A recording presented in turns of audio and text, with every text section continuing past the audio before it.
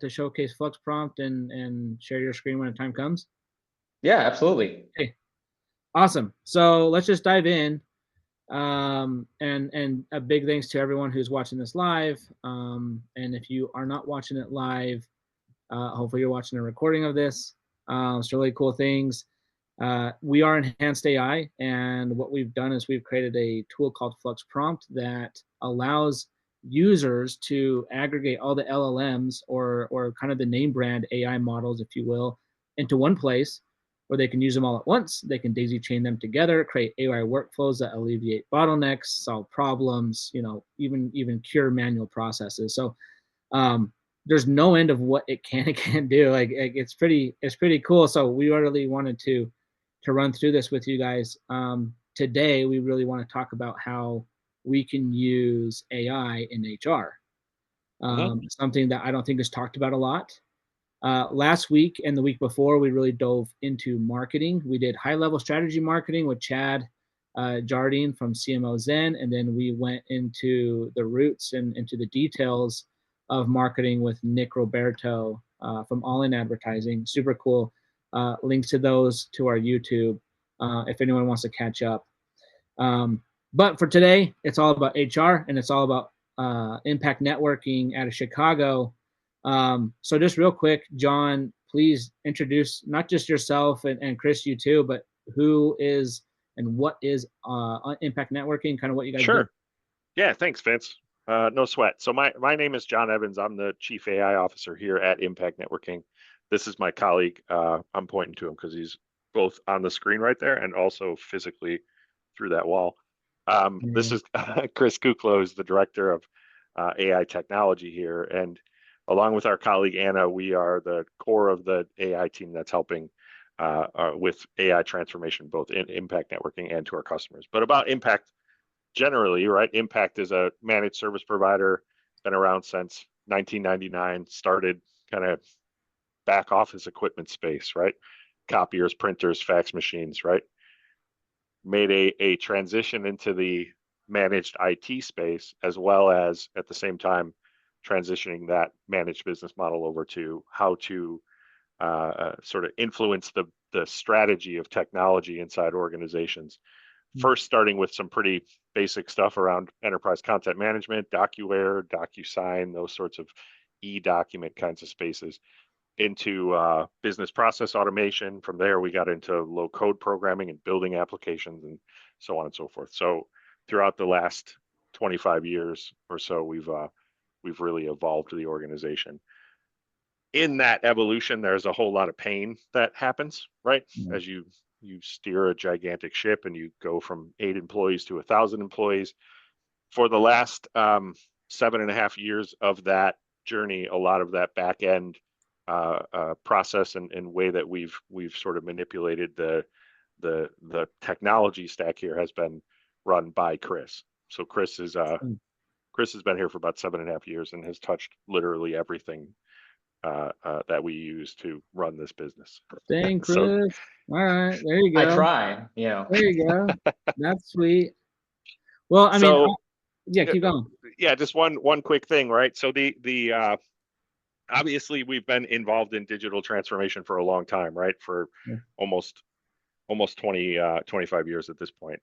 And it's no surprise that over the last 18 months, that position has shifted dramatically from the kinds of things that we had been talking about, right? Process efficiencies and the overall idea of how to scale without adding headcount and how can I make paperless processes and all the sorts of things that just float around the idea of how to make organizations more efficient has changed radically in the last 18 months. Generative AI is obviously on everybody's minds. And the explosion of that technology has shifted the way that we have those conversations with customers. It's definitely provided not only how we change our organization, but the way that we go to market and service our customers in the managed services provider space. Those conversations have changed drastically. People are expecting more. They're expecting AI first, even if they don't know what that means. So being able to get in and have those conversations with people oftentimes leads from starting like, we need the AI enablement around this process into like, well, actually you need to understand your infrastructure better and your data needs needs help and massaging, and you need to do some things that are foundational before you can move into these positions.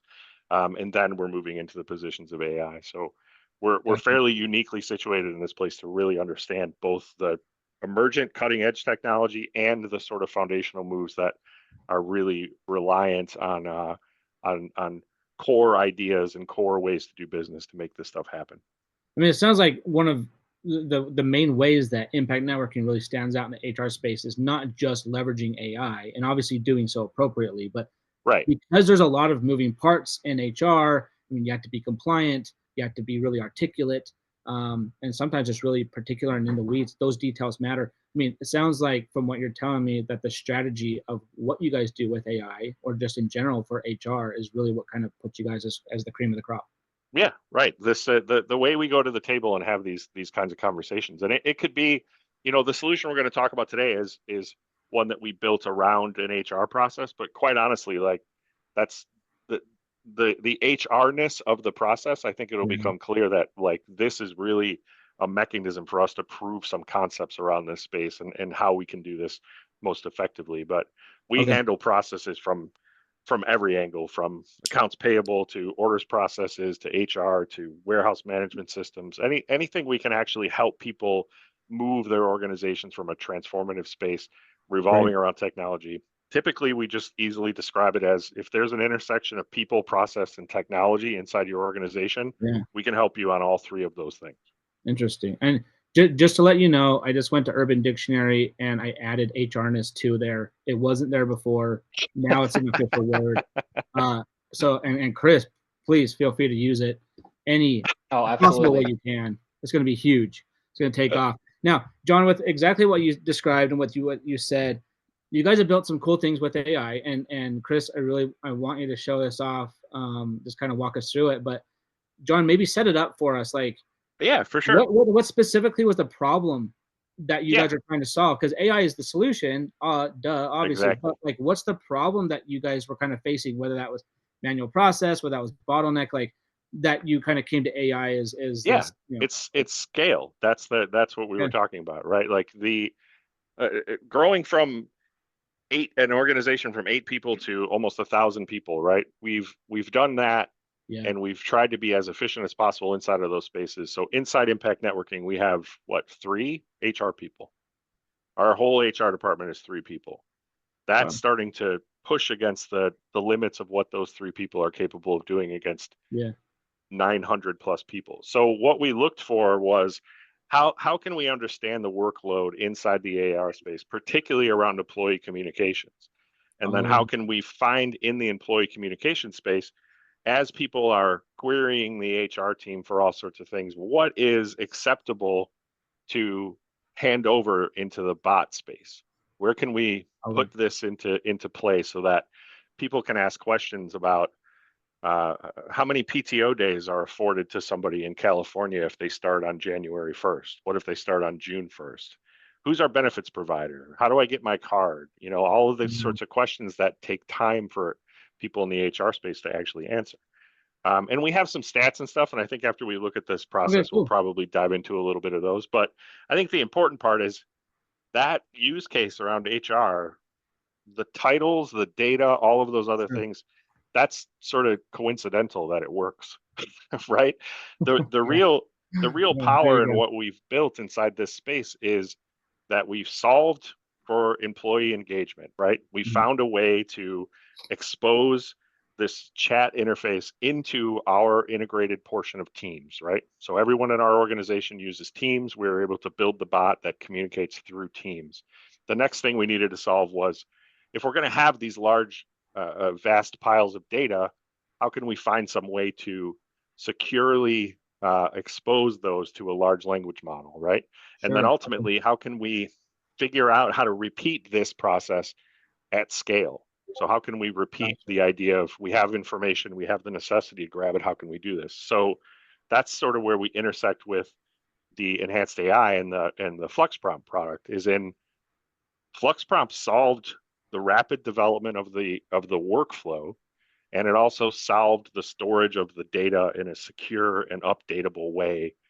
And it allowed us API communication back through the team system of engagement. So that process to us is repeatable across many different use cases. We can now find any spot where teams can engage with data up to Flux prompt back through Teams and make that true. So a majority of what Chris is about to dive into is really about that framework itself. Like, how did we architect that framework, and what are the moving parts and pieces that can then be repeated across multiple use cases, of which I don't even know what's in our backlog, another 15 use cases that fit the Teams data, Flux prompt, move that all back through the pipe. So all right, well, yeah, Chris, take it away. Like, let's show the mastermind. Let's kind of unveil how the sausage is made, if you will.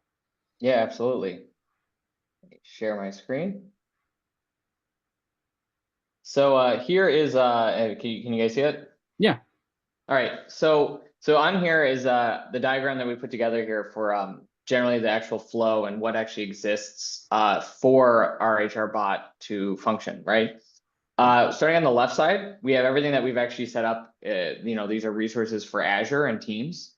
The bot runs on something built by Microsoft called Teams Toolkit. It's a development tooling that they've put together to actually help develop Teams applications or applications that plug into Teams, right? And that tooling actually also allows for like automatic provisioning of resources for that chatbot to use. So when creating a chatbot, you need a few different things inside of Azure's infrastructure. So that includes like the Azure bot service. So our HR bot has a bot service. It has an app service in the backend, which is actually where all of the code for the bot lives. That's where we actually take and read the messages that come through from the bot service, because the bot service is really just there as a router.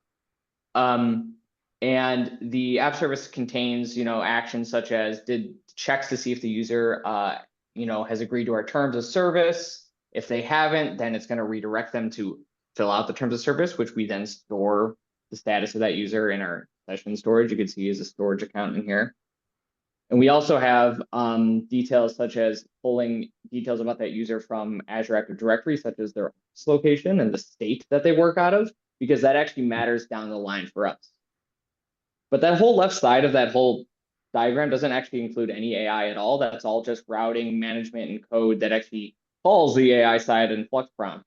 So once our users have actually communicated with the app service, they've actually sent their messages through and they've agreed to the terms of service, and we've grabbed the information from Active Directory or Entra now, I guess. Whenever we grabbed all that information, we can then start sending the users questions over to Flux prompt, which is where we have all of our AI flow. Gotcha. Okay. Any questions with that so far? I mean, I'm not in the HR space, so I could ask 100. Yeah. but it does look like it's pretty straightforward and pretty. Yeah. Yeah. It's actually a pretty neat system. Like, it's pretty pretty basic, and actually most of it is automatic using the Teams toolkit, like generating these actual resources, which is awesome. Sure. So once all those questions are actually sent through, we call our flow in Flux prompt, and we'll actually go to that flow in a little bit. But inside of here, we take in two different inputs. One is the actual, what is the user actually saying to our bot, and what office, like state location, does that user work out of, right? And the reason we need to know that is actually due to our HR rules having to deal with many different office locations in many different states. Different states have different laws, which means there's going to be different policies in different states, right? That just happens. So when someone sends a message to the bot in Illinois, we want to answer different than it does in California, right? Makes sense. So our bot goes on this framework of an actual persona that we've defined. That's like the actual bot's name and like how it's supposed to behave, knowing what its job is, right? And then it also is provided with things such as like instructions, thinking instructions, how it actually goes about answering the user's problem, and contextual information. Okay. Is the last thing, right? Gotcha. So to get all of that, we go through a rewording process. So we actually take the user's input. We take what they've said, if they have misspellings, if they have like, strange sentence structure. And we also take the last couple messages of their chat history that we have stored in Flux prompt, and we reword their question to include the context of that previous question to ensure that the bot knows what the user is talking about. So if you said, what's the PTO policy? And then you followed it up with, so if I started in January, what do I have? It knows what that means without having the whole chat history as context. Gotcha, It just yeah. needs a couple messages, right? I mean, not so when I do a text to friends and family, I'm grammatically correct, perfect punctuation, spelling what I need to. I'm amazing. But most people, I'm gonna guess, don't do that, right? So how often is that actually happening? Like, and how many times are you probably doing that versus someone who is more grammatically correct? It's actually we actually run every single message through, but not all of them get corrected. There's a decent number that are like, poor spelling, but in a lot of cases, it just comes down to phrasing.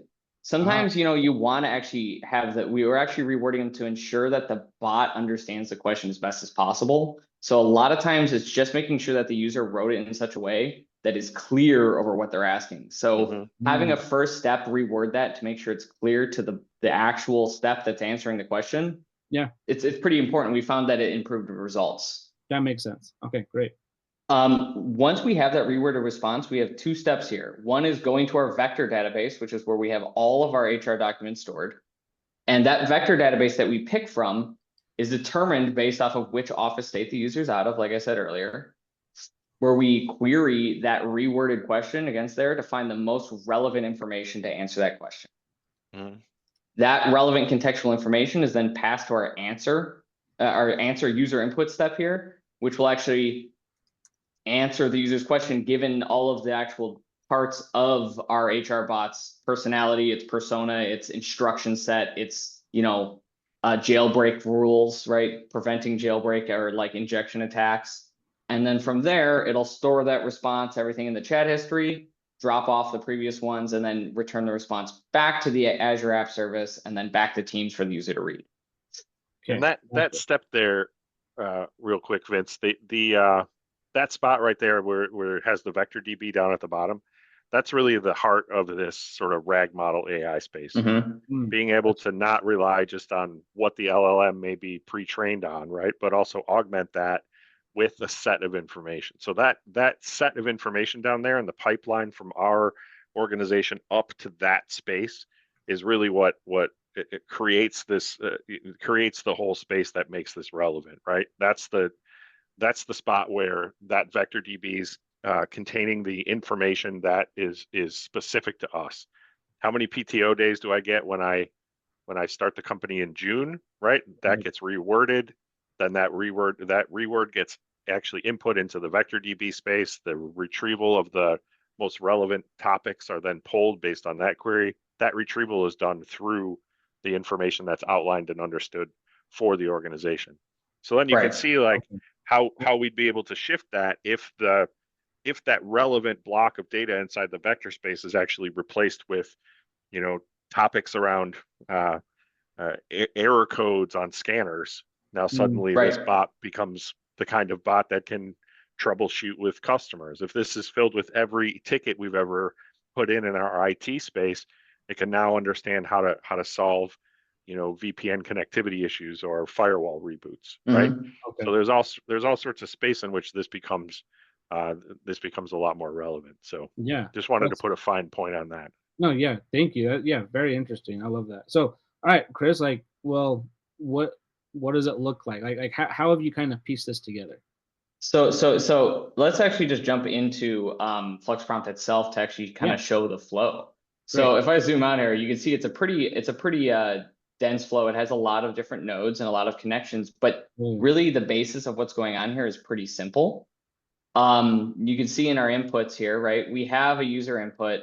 We have instructions and structuring nodes here for us to actually process that input easier and keep track of what's going on here.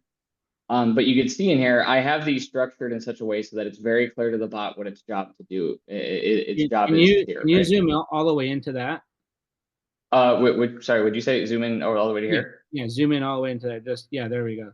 So you can see like we actually have the important instructions of the prompt. We have, if the small in memory here is the chat history that gets passed in so that it's aware of previous messages that were sent. It's only sending a couple of them in, if there are any.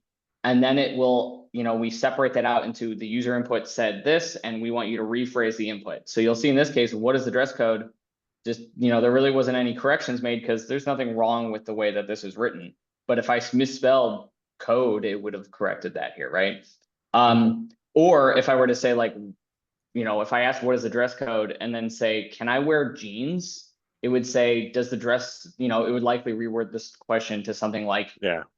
does the dress code say I can wear jeans, right? Because it understands that you're trying to ask a question about the dress code still. Makes sense. Okay. Right? So in all of these, we tend to break these up into our different text nodes. So you can see them all on the left here. That way it makes it easier for us to organize. And then here you can also see we have the actual state that the user works out of that goes into this decision node, which is connected to our first node here. You can see this line actually goes. So our decision node is just taking in which state, and it tells us, okay, does this user work in Illinois, Wisconsin, Indiana, right? And depending upon which one they work in, we go to the large memory node for each individual state. So you'll see each state here has a drop-down list that says, which state that, this one's Indiana, this is Wisconsin, this is Illinois. And based off of my, you can create one for any and every state that you're going to be in as you go. Yep. So I can even just like, if I wanted to create a new one, I can create a new one right here just by hitting the little plus sign and giving it a name and uploading a document. Right. Awesome. Okay. Yeah. And so based off that user's question going in, you can see here, the output of this vector database contains, the actual information from that actual vector database. So these are the related systems. So you can see like, oh, this is the rules here for, this is some of the actual rules around, oh, screen went black. These are the actual rules around dress code, right? Things related to dress code came back. So as John was saying earlier, this is kind of where this is kind of key. If we wanted the bot to answer questions about any other topic, right? This is where you could change these documents to be about any subject matter as long as you have documents that are clear about explaining the answers to certain subject matter, right? It could be about cars, it could be about anything. From there, that contextual information gets passed into this text node. We actually have them all converge into one because only one of these should ever be filled out at one time. Okay. Because we're only going to one state. So we have them converge to this text node here, which then gets added into our last step here with other instructions. So this is actually where our bot has all of its personality, where it answers and it actually answers the user's question. So you'll see what is the dress code gets it as an input. We actually add the current date and time to here and the user's office location and state to this because we want to make sure that the bot knows where they work out of. So if someone did ask what is the current time, the bot will actually tell them that. Or if they say, what is the next vacation day, on our calendar, right? It can tell you that because we gave it the date and time, and it could say, okay, the next one is September. Without that, it would have no idea and would just make something up. Okay. Yeah. And then we also have down here is the actual instructions, which contains things like its persona, its instruction set, like how to actually understand a user's question, how to identify it, right? How to think about an answer. If it doesn't feel like it can answer the question, how to ask for follow-up questions, like to have it try and get more information out of the user if it needs it. And then also the last thing is just other things like jailbreaking blockers and such like that to prevent people from messing with the bot, because the last thing you want a bot doing is telling people they have unlimited PTO when they don't. You don't want it lying to them, right? So in this case, so then you can see here the actual output of this is answering the question about dress code using that contextual information that was provided from those knowledge bases. Okay.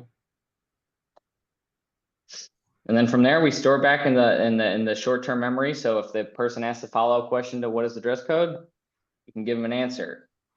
And then we also have it go to an output node, which then returns, like I said, right back to the Teams bot and goes back through this app service, through this bot service, and back to Teams.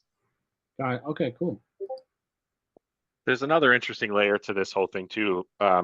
When we launched this, we started to realize that some people were asking questions that were not in context to the overall the notion of it being an HR bot.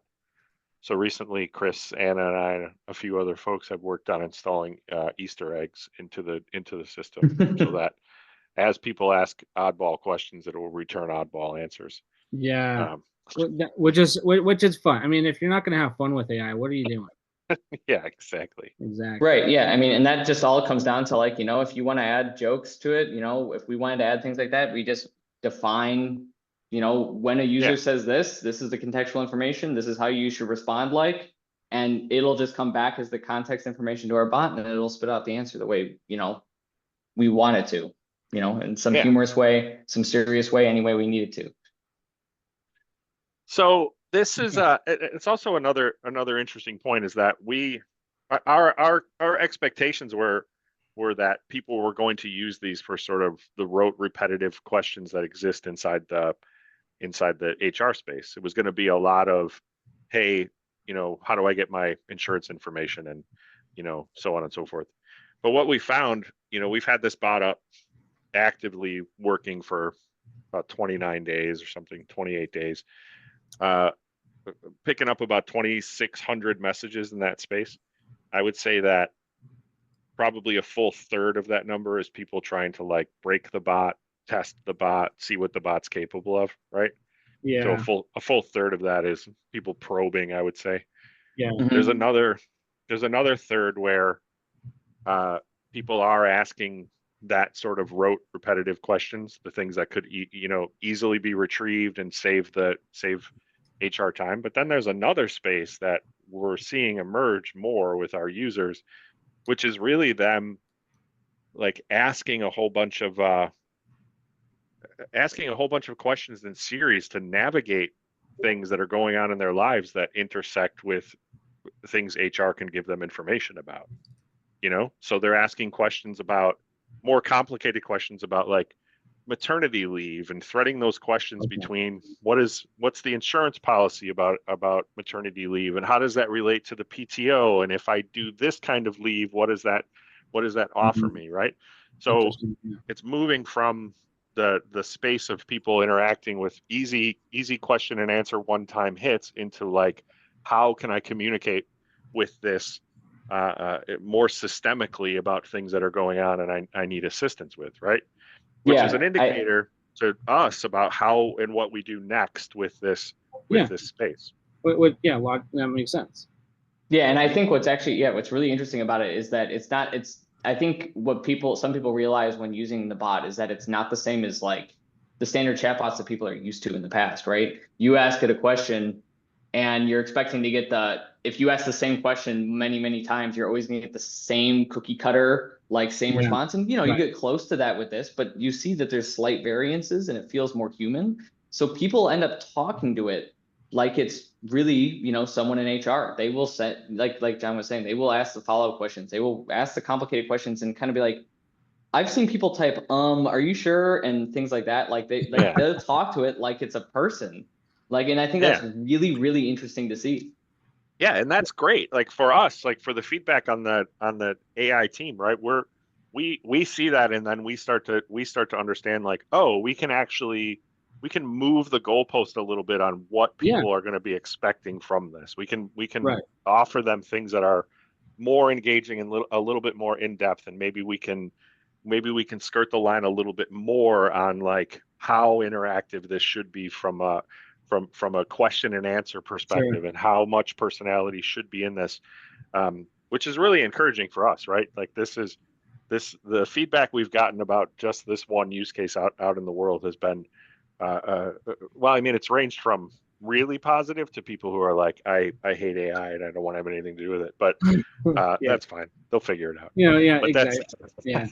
That's where that's been. All right. Well, Chris, so I guess that's your other Easter egg you need to put in. If someone says, "Hey, are you sure?" You just say, "Totally, comma, LOL." Like just put that stuff in there, so it just feels like, yeah, okay, I'm all right. I'm talking to someone, you know, fresh out of college, and they're helping answer these questions, like, you know, that kind of thing. All right. Well, I want to ask everyone who is here, if you have any questions, please put them in the chat so we can address them. A couple questions did already come in. Just from filling out the form to register for the event and to check you guys out. One is I don't know if there's any laws or rules or anything like that, but can you show us like in action, like the chatbot, how it works? It depends on how sanitized Chris's inputs are, but I don't think that's a great idea. No, that's fine because I know that Yeah, exactly. there's some things that just we Like thought we would ask. we have a pretty good understanding of how the bot itself like replies through Sure. Teams and what's happening there, but it's a bit of a wild card to have memorialized in YouTube. So No, I Yeah. totally get you. Okay, so Rob asks, "What is your best suit jacket?" my best suit jacket, that is a I fantastic question. I guess. I have a suit jacket we refer to it as the tactical jacket. It's a beautiful stretchy material tactical jacket. It's fantastic, but I am It's not wearing you it. wear I it forgot to put it. tumbling. I forgot to put it on. Is But is yeah. it when you go straight from church and then go straight into like camping or like No, it's if you want to like hunting? attend a meeting and then right when you're done with the meeting, you want to do like cartwheels and ROTC? ninja Oh, okay. moves, and you got to Okay. fight somebody, All right. It's the suit stop jacket a bullet. that you would think like James Bond would want. Yeah, it's a Oh. tactical jacket. Oh, that kind. Okay. All A lot of hidden pockets. It's fantastic. A follow up from him is, well, where should a company start to ensure that AI is being adopted well? Sure. Yeah, that's a good question, right? The perspective on this is first you have to find some level of understanding where people are at on the technology. So if you need to know from an organizational level, how do people feel about this and what are they going to be open for? So one of the first easiest things to do is survey and start asking questions and then figure out how you're going to get some sort of program put together from a training perspective that's going to get people where they need to be. Any kind of change is difficult, right? Like getting projects inside transformation spaces don't fail because technology sucks. They fail because people fail to adopt them, right? The change management aspects are what kill projects. So getting people culturally prepared for what's happening in there. After that, being able to figure out what is my organization actually capable of doing and how should I figure out who to partner with and what to do in order to make this actually happen, right? That's a next best step. That's the sort of thing that we do when we get into organizations is we first try to figure out, well, where are you at? Like, do you need education? Do you need infrastructure review? Are you already at use cases? What is your governance? Like all of these sorts of things. Being able to understand those beats really gives you a clearer picture of the organization and then starts to say, like, here's where you should start. So most organizations, that's in the education space. For some other people, that's more around how can we help build you a roadmap of use cases? And in those use cases, it's very important that you kind of ignore the technology for a bit and you start with the outcomes. You start with the idea of what does the business want to gain and why? And then taking those outcomes and applying technology to them to solve to the outcome is the important part. Sometimes people show up at our door and they're like, we want to use AI. And we're like, well, why? And they're like, well, because this guy went to a conference and when he came back from the conference, he was like, this is going to change everything. Like, cool, you're probably right. But here's the thing, like, you're going to need to understand exactly what you want to change. Do you have the data to support it? You know, all of the things that revolve around large scale transformation. So starting with education, moving people, getting your culture prepared, and then ultimately working with someone to help you understand what are the business cases, why does it matter, what technology should we apply to it, and then going forward. That's my in my head. That's sort of how I put this plan in action. So just something that you touched on, and there are a couple other questions, but you talked about data. Where and like kind of walk me through what are the results that you're seeing early on? You know, how has this solution been basically being handled for you, and kind of what are the fruits of your labor, so to speak? Oh, sure. In this particular solution, like what we're looking at from those kind of 2,600 interactions across a little less than a month.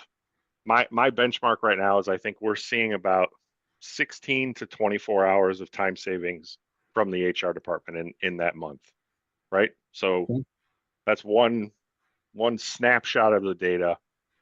We took some liberties in how we decided what garbage may be included in there, but but part of what we're doing now is we're clustering that data together to really start to understand what the nature of the questions are. And then that will give us a better opportunity to say, this particular segment actually represents the valuable work that was done.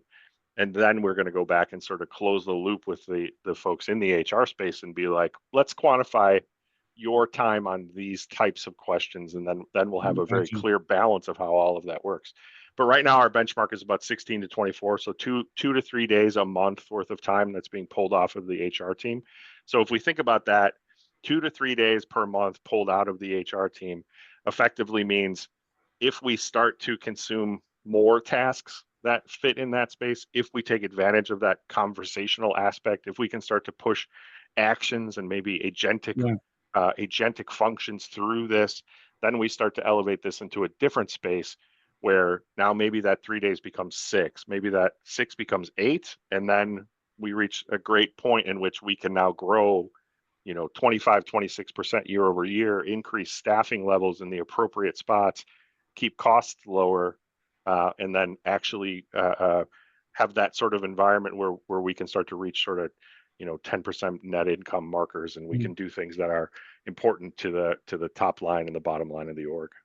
So just out of curiosity with what you said, someone's asked in, at what point does an HR professional need to jump into the chat to maybe help alleviate the bot, or is it fully automated and they don't need to? Yeah, we have exits that are kind of programmed into it. So we have spots in which it understands from our insertion of information into it that these are your limits, right? Like if you get this, we need you to behave in this particular way, and the bot is in the point to understand that there's topics it's not going to discuss, and it's going to hit the eject button to the HR people. So the next and some of that actually takes place in that that rewording step. Some of the protections in those cases, we end up taking it. We're like, is this person asking something that's even good for the bot to answer? And if it's not, then it'll actually tell the bot how it should respond. So just with that said, let's say you didn't put those safeguards or those exits in. What do you think what would happen? Oh yeah, people would get answers from the bot that they shouldn't get. They would get information. The bot would give them direction or context that would be either incorrect to policy or ethically not right for the bot to be consulting them on. Right. Right. Exactly. Even if it's correct. Right. Yes. There are situations. I mean, even here with enhanced AI, as we help people with AI and implementing that in their business, you're right. Like the education that we do give people is, I think there's a misnomer out there that just says that AI is supposed to do this for you. Like AI is the full solution. Like you put it in and you're done. And we actually educate like it. That's not true. Like AI, should get you 80% of the way there. Maybe it's 60%. Maybe the time savings is 70%. Maybe the cost savings is 50%. Either way, that alleviation of time and or cost savings is still a massive win. And at the end of the day, artificial intelligence still has to be tied to the hip with human intelligence so that you can get it across the finish line. So whether you're making a blog post or in this sense, in HR chatbot, it's like, are you still having someone edit this, monitor it, tweak it? Like, is still someone behind the wheel? Or is this this fully automated car and all the social media posts you see get pulled over and the cop doesn't know what to do with it? Like there is that aspect of the human still has to touch it because it's going to enhance the human, not necessarily replace the human. And at least that's where right. Well, that's the thing. Like we want our HR folks doing things that involve empathy, that involve sympathy, that involve the reason for people having interactions with one another. There's no benefit to them or to staff to constantly answer the same sort of questions. And this is, for us on this team, like it's a big deal for us to consider the ethical implications of what it is that we're doing, to prioritize the person's experience in the things that we build, right? We're dedicated to the idea that we're moving people's experiences of how they interact with technology, how they perform work, right? We're trying to elevate those experiences. We're not necessarily saying like we want to reduce headcount. We want to accommodate growth. We want to make people's jobs better. We want to prioritize the things that they want to actually be doing. And for our HR staff, the things they want to be doing is definitely not answering the 100th email with the exact same question for that week, right? But what they want to be doing is helping people navigate, crisis or navigate things that are important to them. They want to be able to get into offices and see people and have conversations. So this accommodates that aspect of it. That makes sense. Okay. JB asks, what 3 things do you feel most qualified to talk about at any given time? I think he's asking that to me, and I think I don't know what that means. Yeah, I think I know he's asking me exactly why. I typically introduce myself in presentations as saying there's 3 things I'm qualified to talk about: birds, punk rock, and transformation. So he's just teeing me up to talk about birds and punk rock, but yeah. Birds as in? Yeah, as in birds. So why are you so qualified to talk about birds? I'm an avid bird watcher. I look for birds all the time. This year, I think I've seen, from a unique species perspective, 216 unique species of birds. In Chicago, in downtown Chicago? In Chicago mostly, but I also was in Arizona twice. Also Wisconsin, Missouri, and cheating. Indiana this year. All right. So that's why he asked. So, well, and then punk rock, because I mean, come on, punk rock. But let Chris answer that question. I can answer questions also about birds and punk rock. I'm kind of a fan of punk rock myself, and I own 3 birds. I have 3 birds at home. Excellent. I knew Chris's answer was going to be the same. That's why I went first. Well, I honestly, like, what you guys have showed us is awesome. I mean, AI in HR is huge, and it's a big deal. I mean, I know that you guys can, we were talking offline about this, but the future of being able to help this with employee onboarding, with not just being knowledge based, but like all of those kind of HR back office operations. I mean, AI can not necessarily solve for 100%, but alleviate a big chunk of that, where any business professional is going to be like, you save me 60% of this. Like, that's a massive win. And that's what we kind of want everyone to see. So thanks for walking us through it. I thought, this has been awesome. Now, I also wanted people to get to know Impact Networking, because we love you at Enhanced AI. We think you're awesome. Yeah. And if you out there watching this are looking for HR solutions, it's one thing to, I mean, there's a lot of outfits out there. Let me put it this way. Someone who is leading the charge on adopting AI to help save you, time and cost saving, but then also to help you to scale, helping you with the strategy, and then being personable. I mean, like, the team that we've worked 100%. With, as we've worked with you guys, it's like, you guys, we have a lot in common. Like, you want to do business with people that you want to do business with, not that you need to do business with. Like, there's a world of difference between the two. So if anyone's looking for HR services, I mean, we fully endorse you guys. We love what you guys are doing and how you guys are doing it. It's a big deal. Managed services, all the questions in any kind of managed services, we're happy to help. Good. People, process, technology. So I want to be able to, after this, even point people in your direction, because I don't think there's anyone better in the HR space. So thanks for everything. We'll see everyone next week. We'll put this up on socials. You guys can share it too. So if anyone wants a recap, or if anyone missed out. But John, Chris, thank you so much for showing us. Thank you for walking through it, and just thank you for being awesome. Yeah, no sweat. Thank you, and always I appreciate your crew over there as well. Edgar, Brad, you guys are the best in the biz. So always having a good time. Always happy to talk to you guys. Awesome. All right, thanks everyone. I appreciate you. We'll talk soon. All right, bye friends. Okay, bye-bye. Bye everyone.